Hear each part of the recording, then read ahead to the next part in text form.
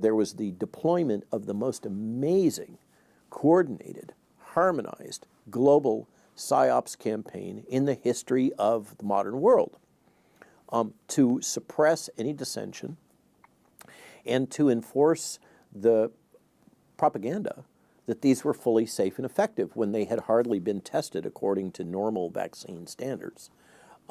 So I objected to that, and I object to the arbitrary and capricious discarding of the learned knowledge of decades of vaccine development, my field.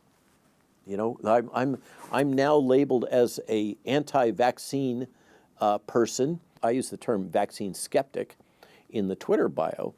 I think skepticism is an appropriate position to take for somebody who is a clinical development and regulatory affairs specialist who happens to have a background in bench research and the creation of this tech. Okay, but to label me as an anti-vaxxer when I've spent my entire career developing vaccines is a little bit paradoxical. I think you can see that internal contradiction, but it fits the narrative. But in the normal historic situation, globally, in the harmonized guidance relating to regulatory assessment of the safety and effectiveness of vaccines, one would have to characterize the toxicity of each of the biologically active components independently and in aggregate. That was not done. And if one was going to assert that this particular level of DNA contamination, DNA fragment contamination, when delivered with this particular technology, because this is the most potent non-viral gene delivery technology ever devised by man, okay? This is not what I was doing. This is not naked DNA or RNA. This is an advanced version. Credit to Peter Cullis and his group at the University of British Columbia, who should have got the Nobel Prize, as far as I'm concerned, for these vaccines, but was overlooked. This is the most potent delivery system ever devised, non-viral. We do have a substantial level of DNA fragment contamination. And the responsible regulatory position for a regulatory authority focused on protecting public health and ensuring safety of biologic products would be to have insisted that the studies be done to determine what the safe level of DNA contamination would be when delivered with this system. Makes sense to you? Yeah. I mean, what else would make sense, okay? You don't just say, it's safe, trust me, when you're dealing with billions of doses.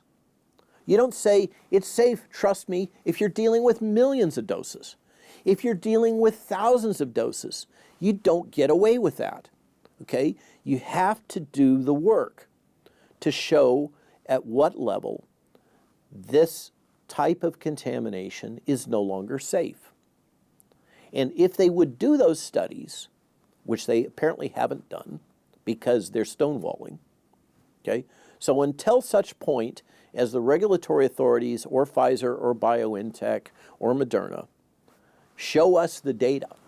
Here it is, here's the data package.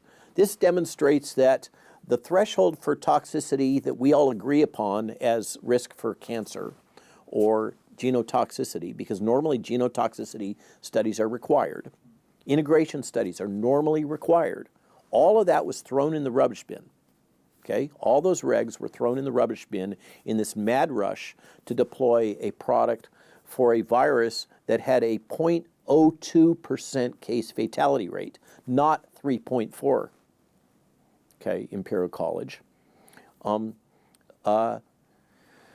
So there's an easy way to solve all this. Do the studies. Yeah. Show us the data. Okay? Then we don't have to have this argument. Then we don't have to deploy all of this PSYOPs, propaganda, defamation, character assassination for those of us who are saying, hey guys, just do your job. Do the job that you've always said was your responsibility, that by statute, by legislature is your responsibility. Just do your job and show us the results.